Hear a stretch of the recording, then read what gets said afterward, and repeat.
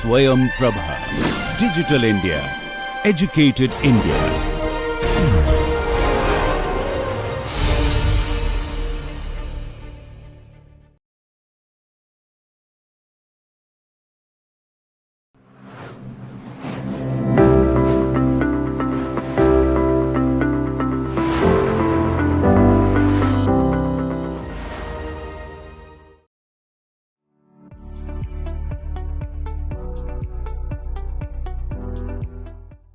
Hello everyone, welcome back to my lecture. So we have already discussed about the demand for commodity and supply of commodity and how market interplays there.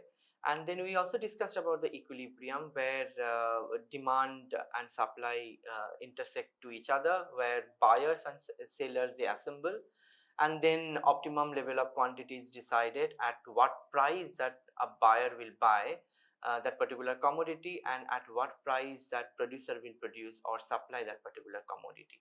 So we also discussed about the how equilibrium that changes if there is any change in demand or any change in supply or in any kind of different types of goods that we consider, like for instance what equilibrium equilibrium in the market will be in case of normal goods, or what would be the changes in the equilibrium in case of inferior goods, and likewise for substitute goods and also for complementary goods.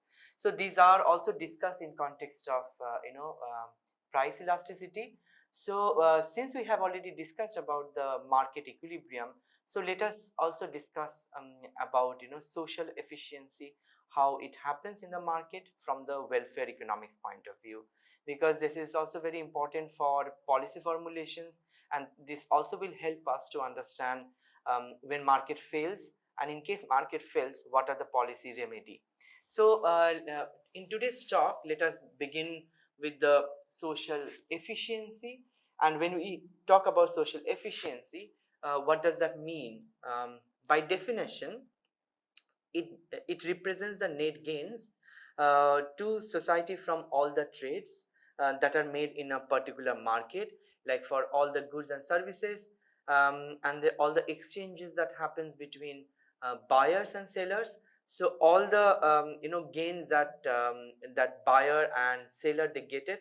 So combining all these gains from the market equilibrium is basically considered as social efficiency.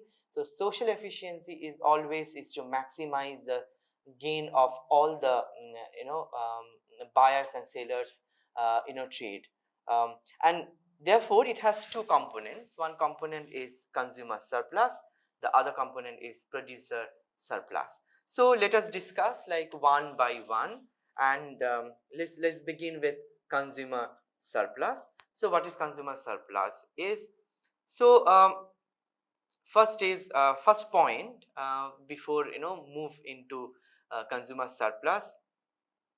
In case of consumer surplus, we need to understand willingness to pay for any particular commodity, like what is the maximum reservation price of a consumer will have to buy particular good or services.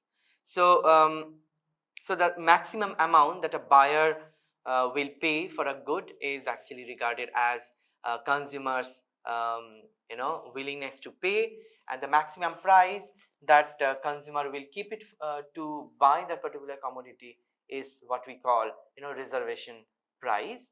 So what is consumer surplus? So amount of buyer is willing to pay for a commodity minus the amount of the buyer actually pays for it. So the surplus, if consumer is maximum willingness to pay, consumer's maximum willingness to pay is say P1, but then consumer is paying less than P1, so that P1 minus whatever the amount that price that consumer is paying for a particular commodity, so that gap is basically the price gap for the consumer, and that will be regarded as a surplus. So we'll discuss with the graphical illustration. So so let us draw and then how it looks like. And since we already have discussed about the demand function, so for instance, if this is our demand function and on the vertical axis is price of any commodity, and here say again we are assuming that commodity is X and Q is quantity of that particular commodity. So because consumer also will have the budget constraint, and for commodity say X, consumer can afford up to OP1 amount of price, and this is the reservation price. Like OP1 is the reservation price for commodity say for X, for any quantity that one can actually buy. So like suppose we assume that P star is the market equilibrium price. Market is deciding based on the producers and consumers demand, and then market is getting determined at P star. So this is, of course, from this particular diagram you can see like consumer is willing to pay up to P1 amount of price for commodity X, but then consumer is paying in actual OP star because that is what market decided. So as a consumer will be very happy because consumer will have the surplus, and then per unit price for surplus amount is P1 minus P star. So this is what the gain of a consumer, and for each commodity, and say here is like at Q star is the equilibrium or optimum level of quantity that consumer decided. So each unit here, so entire this area, like say, so we can say that area A, P star and P1 or P1 P star, like area P1 P star is consumer, total consumer surplus. So this is one way, like simple way to explain you what is consumer surplus means. So and then what is the willingness to pay for a consumer for any particular commodity. Now suppose we have another situation where say price fell down, right? Like say here, like say P star to P2. So what does that mean? Is it good for consumer or is it bad for consumer? So from graphical representation you can also see that is a gain certainly for the consumer, because consumer maximum willingness to pay for the consumer is OP1, and actually consumer needs to pay at OP2. So now the price per unit gain has increased from P1 P star to P1 P2. So increased by P star like this amount, like this amount. So this is particular, this, say here we have 3 points here like A, B and C. So you can see like the red shaded area, like P star, P2, B and A is the additional consumer gain to the initial consumers. So this is additional, this area is additional gain of consumer surplus to initial say buyer. And then we also have another one, like area also has this shaded dotted area which is actually the part of consumer surplus. So this little red dotted area of ABC is the consumer surplus to new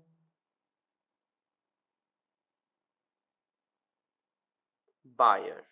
So this is what if price falls, then the amount of consumer surplus will be higher. Likewise, if price increases, I mean, we'll not discuss in detail because already we discussed, and with the same logic, suppose price increases from P star to P3, then of course you can see the area is shrinking, means consumer surplus is reduced from the um, initial consumer surplus area. So if price increases, there will be shrinking in the consumer surplus. If price decreases, then consumer surplus will be increasing. So this is briefly we understand how consumer surplus needs to be calculated and how consumer surplus is conceptually developed. So from the calculations point of view, we all can actually calculate here because we know the area P1, P3, and here, or for area P1, P star A, we also know with the formula. So these are like from the diagrammatic representations, we already know how we can actually calculate each area and then how to calculate total consumer surplus. So now let's move to the next point, and that is producer surplus. And what is producer surplus? So before talking about producer surplus, so let us talk about cost of productions. So cost of production, like for producing any commodities, as we already discussed in our earlier lecture, like there are different factors of productions for producers, and when producers receive factors of production from the household, in return producer has to pay factor of payment. So altogether the cost that will be incurred to get factor of productions to produce any goods and services, the total cost is regarded as the cost of production for producing any commodity, and these are the cost that we consider as economic cost, right? So this is not this is different than the accounting cost. So what we are talking about here, we are talking about economic cost, and economic cost is nothing, is basically cost of production for producing any goods and services for the producers. So like consumer surplus, producer also will have the producer surplus while producing the goods and services.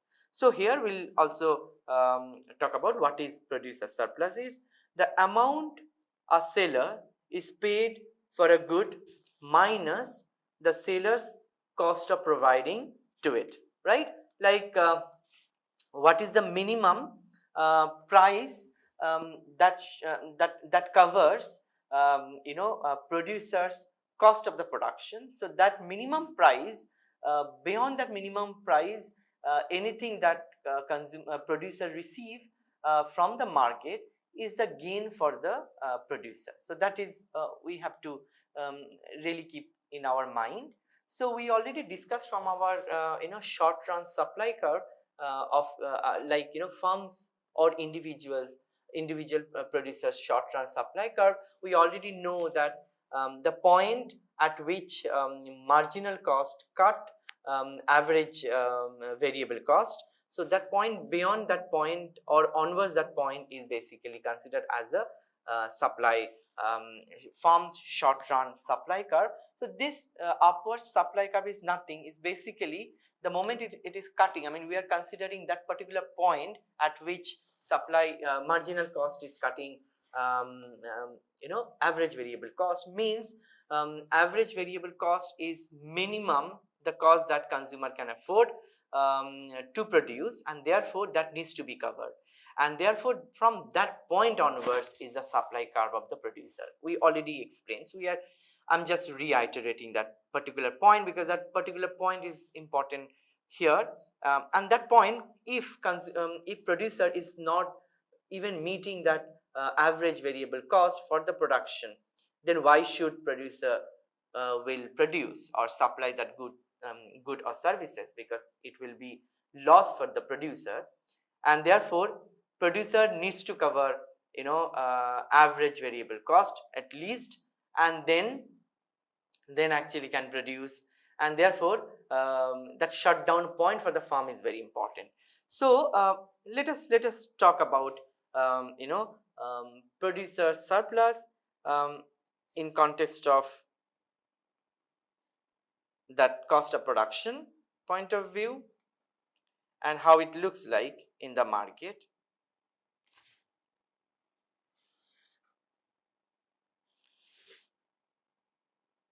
So on the horizontal axis is the Q, and on the vertical axis is P, price of the good. Like again, good is X that we are considering, and say this is supply curve, farm supply curve.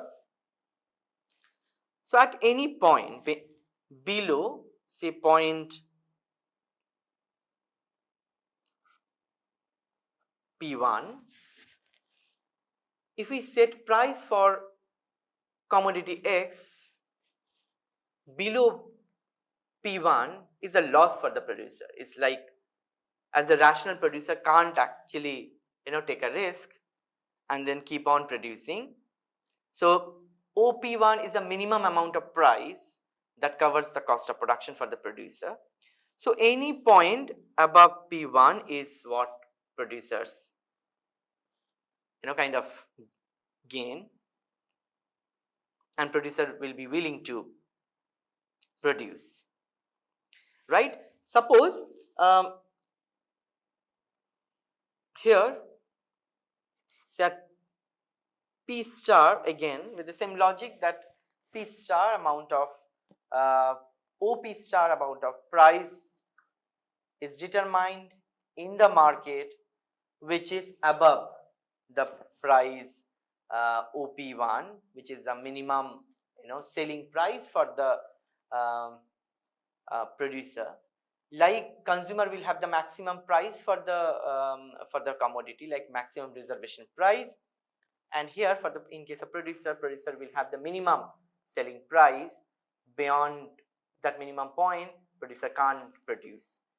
So here clearly P star is above than minimum selling price. So the gap between P star minus P1, it is actually per unit price gain for producer. So if it is equilibrium is set at say point A, so this entire triangle area, shaded triangle area, will be considered as producer's surplus. So we can also write here like PS is the producer surplus. So producer surplus for the for producer for producing X commodity. So now let us see what happens if price price increases, right? So if price increases to say P2, what happens? Because then, so this is the equilibrium, new equilibrium level of quantity, and total area of the surplus is, say we also got another one point of intersection. So now total producer surplus area of producer surplus is P1, P2, B. So now with this increase in price by say P star by this much amount of price, P star P2, additional producer surplus area is this red shaded area. What does that mean? So again, like if we can draw this point, like we again have another one in point here we get. So now P star, P2, C and A, this particular area is additional producer surplus to initial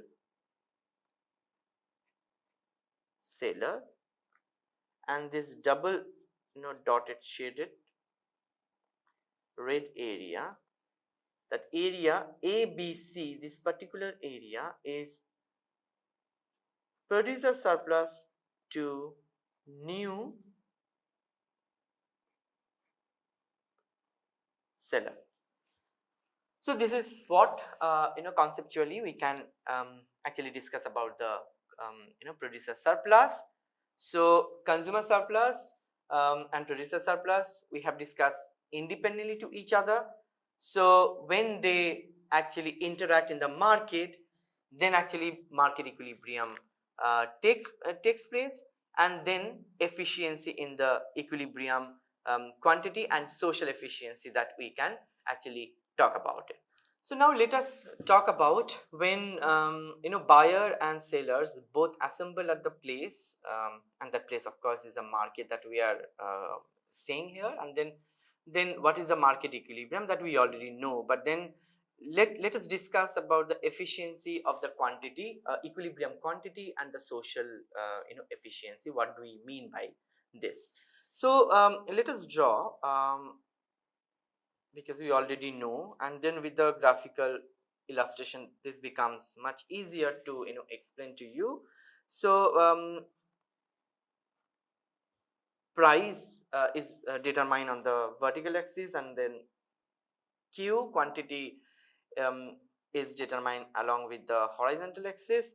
So this is say demand curve. As we know, demand curve is downward sloping, and here is the supply curve, which is upward sloping, and demand and supply both are functional, show the functional relationship between price of the commodity and then quantity of that particular commodity.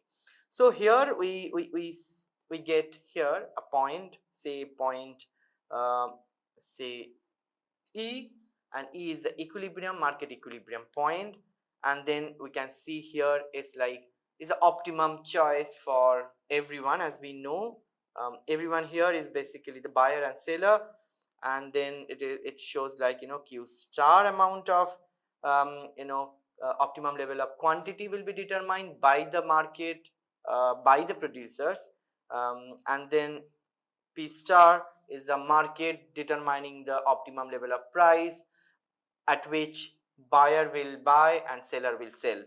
So from this particular equilibrium point, here is the consumer surplus area, and then here we also and this one that we know is a producer surplus.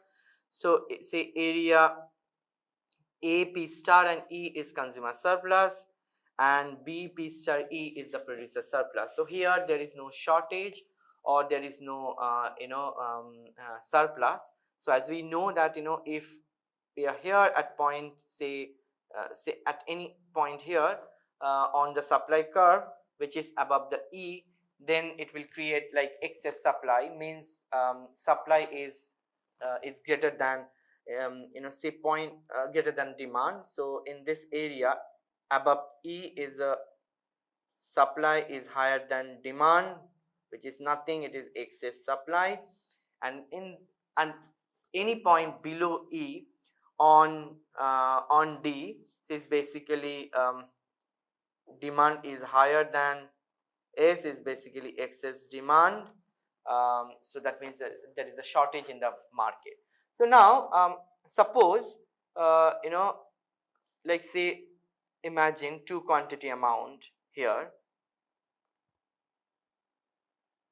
like say Q1 we take, another one point that we take Q2. At Q1,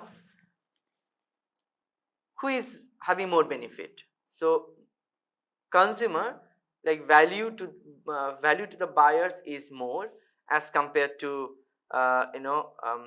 cost to supplier.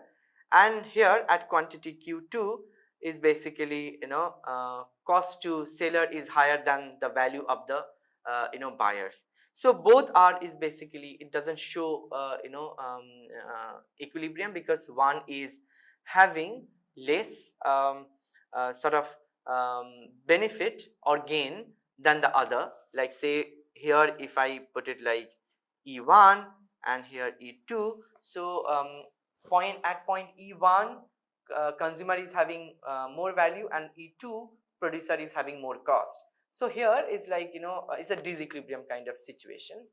So and therefore E is the optimum level, which we can call it like social efficiency and the equilibrium level of quantity, as say from the point of view of welfare economics.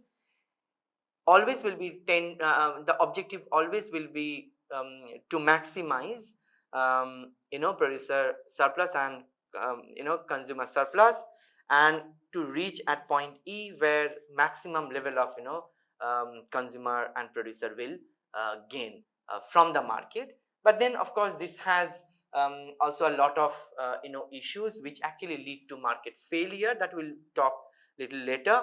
But then from the social efficiency point, this is a point that market will try to tend to reach. So this is like kind of in the market equilibrium, we can talk about how consumer surplus and producer surplus, they are actually having or maximizing their own surpluses. So now let's see what happens in this case. And we already know that about the concept of elasticity. And suppose with the demand, with the various demand, like say we already know if perfect if any commodity is elastic, then demand curve will be flatter. If a commodity is inelastic, then demand curve will be stiffer. Like just take these three panels of the situations, where and then try to see how consumer surplus is getting calculated. Like here, supply we are keeping unchanged, and therefore all supply curve is upward sloping, and then we have kept parallel to each other. So in panel A is the ideal kind of situations where demand and supply curve both are meeting at Z, and then this blue blue shaded area is consumer surplus. Now suppose price commodity becomes price in elastic, and then demand curve becomes stiffer. So if demand curve becomes stiffer, and then this we can see that this shaded blue area, which is consumer surplus, is becoming more as compared to other. And now if good is say elastic, then consumer surplus is becoming less. So because demand curve is flatter due to elastic commodity. So this is one case. And okay, so now let us see what changes it happens in producer surplus. So in producer surplus, as we know that for consumers, understanding consumer surplus and changes in the consumer surplus, demand function will be changing. So in case of producer surplus, supply curve will be changing. So we are keeping demand function intact, and then let's have various kind of situations, like again elastic. Like we already know that supply price elasticity of supply will determine the shape of the supply curves in our previous lecture. So now again this pink shaded shaded areas are the producer surplus. So in panel A, we see that D and S, demand and supply, is intersecting, and here the producer surplus is if price elasticity for any commodity becomes inelastic for the supply, then it will become stiffer. So this supply curve in panel B we can see that supply curve is stiffer than the earlier one, and therefore producer surplus, you can see that it is becoming more. Likewise, in case of elastic price supply curve, where supply curve will be sort of flatter than the inelastic goods, and we can see that area that pink shaded area of producer surplus is becoming less. So this is the panel C. So we can see that based on various types of commodities and based on different types of elasticity, like that responsiveness of the price on the commodity, how demand and supply will change. If demand and supply changes, then obviously equilibrium point also will change in the market, and then area like amount of consumer surplus and consumer and producer surplus will also be changed. So I'll stop here, and so these are the three books I have already discussed, like Jonathan Gruber and Mankiw and Pindick and Rubinfield. Selected chapters from these three books will be helpful for you to understand consumer surplus, producer surplus, not from the microeconomics point of view, but also how in the policy level, how we actually how to conceptualize consumer surplus and producer surplus, and then social efficiency. So thank you very much for your attentions, and I'll see you in my next class.